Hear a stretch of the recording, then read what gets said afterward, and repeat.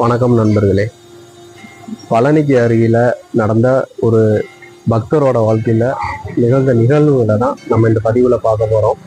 கனகம்பட்டி ஐயாவோட மகிமைகளையும் அற்புதங்களையும் ஒவ்வொரு பதிவுலையும் நம்ம பார்த்துட்டு வரோம்.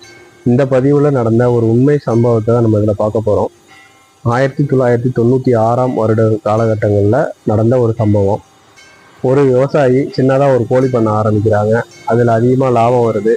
அதை தொடர்ந்து மண்புழு வளர்ப்பு உற்பத்தி உரம் அதையும் சேர்த்து பண்ணுறாரு. நல்ல லாபம் கிடைக்குது. 10 வருஷத்துக்கு பக்கம் அந்த தொழிலை பண்ணிக்கிட்டு இருக்கிறாங்க. அவர் ஒரு நாள் அவரோட உறவினர் வீட்டுக்கு போயிருக்கிறாங்க.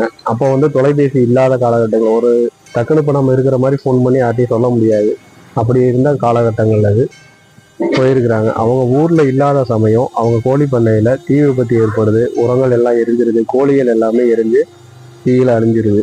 அவங்க திரும்ப ஒரு வாரம் கழிச்சு ஊருக்கு வந்து பார்க்குறப்போ நடந்த சம்பவங்கள் தெரியுது. ரொம்ப மனசு உடஞ்சிடுறாங்க.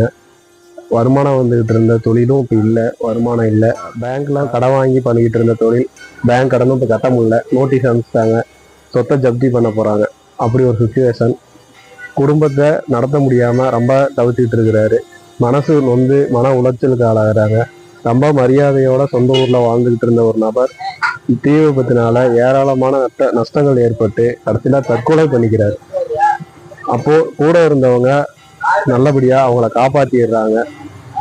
அந்த மனிதர் மீண்டு வராரு. அப்போதான் ஐயாவை பார்க்கறதுக்கு வராரு. இது எல்லாமே பழனிக்கு பக்கத்துல இருக்க ஒரு சின்ன கிராமத்துல நடக்கிற சம்பவங்கள். ஐயாவை பார்க்க வராங்க. ஐயா அப்போ கனகம்பட்டியில தான் இருக்காரு. இவங்க கார்ல இருந்து கீழே இறங்கி நிக்கிறாங்க. எதுவுமே பேசல. அப்பதான் கீழே இறங்கி நிக்கிறாங்க. அப்பவே ஐயா வேகமா அந்த நபர் மறந்து கொடுத்தாரு அல்லவா, அந்த நம்பரை பாக்குறாரு. பார்த்து, ஏன்டா கேனக்கு இருக்குண்ணா நீ அப்படின்னு திட்டுறாரு. ஐயாவுக்கு தான் எல்லாமே தெரியுமே, நம்ம எதுவுமே சொல்ல தேவையில்லைல. நாங்க போய் இவங்க நிக்கிறப்பயே ஐயா அவங்கள பார்த்து அப்படி திட்டுறாரு. இந்த நபருக்கு அப்படியே ஒண்ணுமே புரியல. நம்ம எதுவுமே சொல்லாம நம்ம பண்ண தப்புக்கு ஐயா நம்மளுக்கு திட்டாரு. அப்போ அவருக்கு எல்லாமே தெரிஞ்சிருக்கும். நம்மளோட பிரச்சனைகளை தீர்த்து வைக்கிறதுக்கு வழியும் ஐயா தான் சொல்லுவாரு அப்படின்னு அவருக்கு ஒரு நம்பிக்கையும் பக்தியும் ஐயா மேல வருது. ஐயாவை பக்கத்துல போய் மன்னிப்பு கேட்டு ஐயா பக்கத்துல உட்காடுறாங்க. ஐயா அவங்கள பார்த்து பேச ஆரம்பிக்கிறாரு. ஐயா அவங்கள பார்த்து சொன்ன வார்த்தைகள்: கால் செருப்பு கடிச்சா கழட்டி விட்டுட்டு போடா, விடியும் சூரியன் வருவான், உன் கவலையெல்லாம் பறந்து போகும், மெத்த வீட்டுக்காரன் வருவான், உன் சுமையெல்லாம் வாங்கிக்குவான், போய் குழப்ப பார்ப்போம். இதுதான் அவர் சொன்ன சூட்சும வார்த்தைகள். இப்படி சொல்லியது அனுப்பிச்சு விட்டுறாங்க.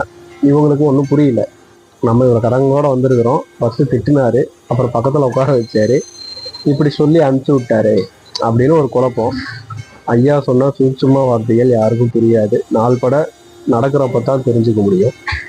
அடுத்து எலெக்ஷன் வருது. எலெக்ஷன்ல கலைஞர் ஐயா ஜெயிக்கிறாங்க அந்த கட்சி. அப்போ அதைத்தான் ஐயா மறைமுகமா சொல்லியிருக்கிறாங்க. விடியும் சூரியன் வருவான், உன் கவலை பறந்துடும் அப்படின்னு சொன்னது காரணம் அதான். அடுத்து ஐயா சொன்ன வார்த்தை மெத்த வீட்டுக்காரன் வருவான் அப்படிங்கிறது. ஒவ்வொரு இதுக்கும் விளக்கத்தை நம்ம பார்ப்போம். கலைஞர் ஐயா பதவி ஏற்று அந்த வருடம் முதல் கையெழுத்து விவசாய கடன் தான் தள்ளுபடி பண்றாரு. அதுல இவங்களோட கடனும் தள்ளுபடி ஆகுது. 45 லட்சம் ரூபா இந்த விவசாயியோட கடன் தள்ளுபடி ஆகுது அந்த திட்டத்தினால.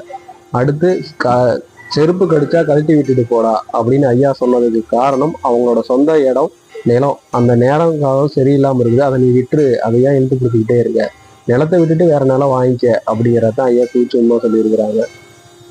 மெத்த வீட்டுக்காரர் வருவான், உன் சுமையை வாங்கிக்குவான் அப்படின்னு ஐயா சொன்னது. பணக்கார வீட்டுல இருந்து ஒருத்தர் வராங்க. இவங்க இடத்த பாக்குறாங்க. அவங்களுக்கு ரொம்ப பிடிச்சிருது.